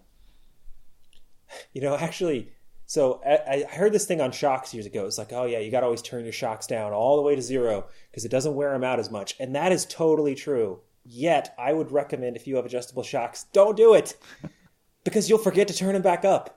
And we have definitely driven through an entire Pro Solo before remembering that all of our shocks were on 0. So for me, as far as like how to specifically tie it, I don't think there's, however you can get it down on the trailer. Yeah. So I don't think we've ever really seen anything move. It's just, it's good practice to do it. And generally, most of the people on our extended team don't do those things. So it's easy. If you have 4 people to just, Kim takes the notebook that has all of our notes in it, and we just go down the line and we write down what all the cars were. So, yeah, that's something else I'll put on this little checklist I've been trying to make, is a checklist when you get to the event to check your shocks. Like, what are my settings? Can I verify those? And that would work for most people, especially if they change them. Of course, nowadays, maybe you don't have to worry about that anymore. Yeah, you don't have adjustable shocks. It's easy. Like, I don't have to worry about that at all. So, favorite cars out of all these cars you guys have been driving? Well, I mean, Lane Borg's Corvette. In which class? It's STU. That's the favorite car that I've driven has been Lane Borg's car. He gave it to me last year for a couple months to develop some shocks for it, and it's I really like C5s. That's one of the few cars at schools that I really like to drive, and it is a C5 just turned up to 11. It's you think about like how good an ST Civic is with the stiff springs and stuff like that, and most race Corvettes, at least in autocross, aren't that stiff. And he built one. We worked on it together, and it's just awesome. It really is. You have to see it this year because it's a night and day better than it was last year. It's sort of like it's like all the goodness of an ST Civic or a Miata on a Corvette. So it's just really big. So I'm actually trying to talk him into going to Super Street Prepared and drive it on Hoosiers. You're like, let's have a little more fun. Kim, what stands out to you? Favorite cars? I just go back to the EF Civics. It's a lot of fun. I mean, over the last 2 years we've been at STF, and I'm like, I think I just would have a lot more fun in the EF. Yeah, you shouldn't drive other cars because I like it that you like to drive cheap cars. So. That's exactly. No more driving Porsche GT4s. We can't afford that. What tires were you on the GT4? The stock. Oh, those. Tires Yeah, I think those that it are. comes with. Yeah, I think those are illegal. Well, they're not stock legal because they're not 200 tread wear. Those are nice tires. Yeah, whatever it comes with is what I think was on it. Yeah, that's where I wish that car could compete or can compete in Super Street. I don't think it can, but I'd love it if they could. Yeah. Be like a reason to, oh man, can I somehow figure out how to get one? I mean, driving a GT3, I found myself last week looking at how cheap do they get back in like 2004. Like, if you haven't driven one, it's like a Honda down low in that it's very safe, unlike a Corvette. I can plant my foot. And then something like some kind of superchargers built in for the last half. I'm like, this is just crazy. Once again, I don't admit that I can drive one very well, but it's a lot of fun, and I think so often, like most every run, like, thank you for letting me drive this. Yeah. So I have heard on your previous podcast, you've been saying, like, try to drive other people's cars, try to switch cars. And I do have I have a beef to pick with you on that. Good, go for it. This is the first year I've probably ever done it.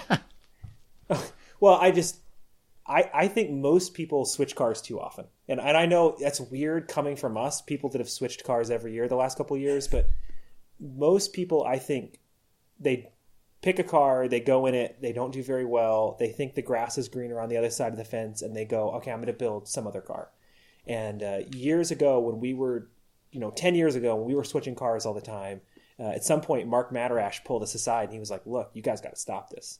Like, if you ever want to get good, if you ever want to master something, you got to stay in the same car for a long time. And that's when we sort of committed to the EF Civic for like 5 years. And so I do think it's a good idea to drive people's cars every once in a while. But I think the vast majority of people don't commit long enough to become a master at what they're driving, if that makes any sense. Oh, I totally agree, because I started off, I guess I drove the Audi for 2 years, but I bet I was in the Integra for like 7.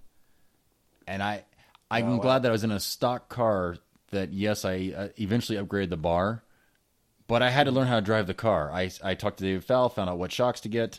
Actually, he had single adjustables, I had doubles. I didn't really touch the compression, but I credit my getting better sooner. I just stuck with the car. I knew the car could be competitive. So I totally agree. Yeah. I guess at this point now I'm like, I should try some other things for the challenge. Because part of it, I guess, for me is the challenge of driving some different cars is like, I don't know how to do that. And some people have told me that, do that. Yet Mark Madarash pulled you aside and he's like, Mr. I don't drive different cars. So that's kind of funny that's who pulled you aside, who's been driving the same car since, 94 or something. Although he says it's totally different in CP trim. But no, so yes, if you're a new driver, I would say stick with the car. Make sure you're getting the max out or getting close to the max of that car before you do something else. If you're doing national competition, it's going to take 2 to 3 years to get the most out of a chassis. And we have 1 year into this RSX, and that's with a totally psychotic amount of seat time and tons of controlled testing. And I still would say it's not nearly enough. So it's even if you're someone who's serious about it, expect building a new car and developing in it as drivers to get to the level that you want to be is going to be a 2 or 3 year process. I'm sure, Kenshin, your age, and you've seen people that every year they show up in another car. Yep. So, and I know that sounds weird that we're saying it because every year we're in a different car. So it's sort of the pot calling the kettle black, but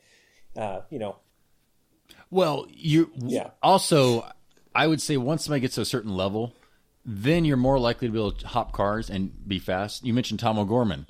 Doesn't he drive multiple cars during the year, whatever he can get in, and he can win in it? I think it comes to a level of, are you very competent? Are you an expert at what you're doing? Then you understand autocross. You can get in a different car and get close to the max for that car, especially if it's already set up. You guys are jumping into STF, and like you said, going down rabbit holes of I need to do this or do that with an unproven car. I've been like the total opposite. I go, this Audi sucks. I'm going to get a 330 or a Type R. I go and talk to the two people. I buy the car. I get the exact setup. So that's I'm like the lemming. I go, what can I do to be competitive as quickly as possible? Yeah. I do think though there's a small percentage of people that have that ability to car hop, and that doesn't necessarily, if you can't do it, that doesn't necessarily mean you're not as good of a driver. You can still win, but first you need to master something. So there's a lot of people I've seen at schools who were early on in development and go like, oh yeah, well this fast guy seems to be able to hop into anything, so I need to be able to do that. Well, you're never going to be able to do that till you learn to master your own car, whatever that is. So I agree. I think of David Fouth and Chris Dorsey. They had lots of years. I didn't realize how young they started autocrossing, of mastering something before they hopped in something else. I mean, years and years and years and years. Interesting. Yeah, no, I don't think people realize, some people start at the age of 16. Some people start when they're in junior karts. And all of a sudden you're like, wow, why are they so good? Well, because they've been doing it for quite a while. And they did master those first early vehicles they were in. Yeah. Yeah, so we talked about some of your favorite cars. If I could present any car that you could build and you've got a checkbook that has a lot of money in it, what would you tackle? David's looking at me, but I don't build cars, so. What car would you pay him to build, or pay somebody else so David can be at home mowing the yard or gardening or something? I would love to build something that I could both road race and autocross, so like a C-Mod car. But even with that, I look at it and go like, well, there's no one to race against, so that's sort of out. An SSP vet sounds a lot of fun because there's a decent number of people in that locally to us, but there's still just not enough that I could race against them. So I think at this point, if I could afford it, I would love to build an STR ND Miata. Would be probably at the top of my list right now, which is it's not that expensive, but it's more expensive than what we can afford to just go buy a toy and potentially ball it up. But because anything we get is going to get tracked. So, but yeah, that would probably be high up on my list. I think I would really love to build one of those. I would have loved to do it the first year because I think I'm in not that I'm better at setup than anybody. I think there's tons of people that are way better at it than I am, but we have unique resources to be able to develop something quickly. So it would have been, I'd love to find something like that in the first year that I could, buy some expensive car and cut it up and build all sorts of cool parts for it in like a very short amount of time. So Andrew Hahn wants me to do some year that I show up to Lincoln and buy something off Craigslist and try to develop it and see if I can trophy in it in like 3 days. So what I'm hearing is everybody listening for the next year, 2 years, 5 years, when you see a nice car that's, let's say, salvaged from hail damage, definitely shoot David a little email, a little text, a little message on Messenger and say, look, this is the perfect car to do this with. Yeah, sub $10,000. That's what. I'll be driving a different car that year. Be like, I will be bringing that Civic, that 1989 Civic. It will be coming out there too. Yeah. Unless I can make the Miata faster. She might be like, it doesn't matter. And that's something, some people will be able to drive a different car faster than a different car. And especially if it comes down to the like factor. I would love to be in a Miata long enough to figure out how to drive or what to do. When I jumped in the STR S2000, which I should sell, who wants to buy it? It felt like a big, heavy car compared to the Civic. It was the weirdest thing ever, yet I know they're faster, at least most of the time, but it just felt big. I'm like, am I ruining myself on bigger cars by driving such small cars? Yeah, I think the steering is weird in those compared to when you go back and forth between an EF2 and S2000. Something about the steering in the S2000, it's just it feels very unnatural, which if you're an S2000 owner, that's probably sacrilege to say that, but I think their steering is a little weird. Well, the AP1s, it's so sensitive. That is the issue with me at first. It takes me a run or two to go, you cannot jerk that wheel like that. The steering rack is so much faster with a smaller, well, I guess not smaller wheel, but yeah, that's trouble to go between those two at times. Yeah. So when it comes to thanks, you guys have mentioned Jerry, you mentioned Tommy Saunders. The top three people for us that have helped us would be, Jerry Terranova, Andrew Hahn, the Hollises have mentored us quite a bit. We haven't really mentioned them a lot, but they mentored us a lot. We were getting started I think they saw us in an event and were like, yeah, you guys need to go do a pro solo. And we're like, yeah, I don't think so. And they sort of kept on us, and have continued to mentor us through the years. Besides that, Grassroots Motorsports, for me, getting hooked up doing the tire testing with them has been a great opportunity professionally, and just learning more about that process and getting to be a better driver and test driver. And then, the third would be probably Black Armor Helmets. So, it's Andrew and James Wilson's company selling helmets. They've helped us out a lot in the last couple of years, allowing us to sort of continue doing what we do. So I appreciate the time. Any other thoughts or closing remarks? No, we appreciate getting to be on. It's good. You want to go to Nationals pumped up, not leave pumped up. When we make adjustments, we tend to make big adjustments. So no 5 mil spacers, 1 inch spacers. If we're going to, crank a shock, we make a big giant adjustment so you can really feel what it does. I'm not so hardcore on distance as other people, I would say. One year, I think we hit like 1,500 runs in there. We were going out. I think I rented Mineral Wells personally 23 times. Early on, we were really terrible. Did you hear that? He really had to put in the effort. He really wasn't sure. He found ways to get the seat time. Over 1,000 runs. Rented the lot personally 23 times in 1 year. Take from this that seat time really does pay off. And that yes, even if you've not been good or not been great yet, you can still do it. It may take some out-of-the-box thinking. Maybe partner up with some other people and find a way to rent lots. Find some people to tutor you, to be a mentor. I really like this thought of teammates. Even if it's not somebody you're driving with, you're in a group, which you may have seen if you've traveled to many events outside of your local area. There are different groups from different areas that are working together trying to help one another. I think this can be very key in your development. Definitely changing cars a lot too much was a bad idea. Around that time, we decided, really seriously, we wanted to get better. Like whatever it was going to take, we wanted to do it. I remember early on with Jerry, I even asked him, like, look, man, we've been doing this for a long time. This was 6 or 7 years in. Like, don't lie to me. Am I always going to suck? If you want to be better, you need to get seat time. Years ago, Jerry Terranova told us something. It's like, look, we want to be teammates, and that's different than co-drivers. It's a fundamentally different thing. And when you're teammates with somebody, you want to be 1 and 2, and the positions of 1 and 2 doesn't matter.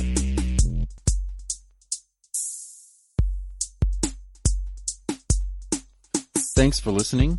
For the show notes and contact information, please visit autocrosstalk.com.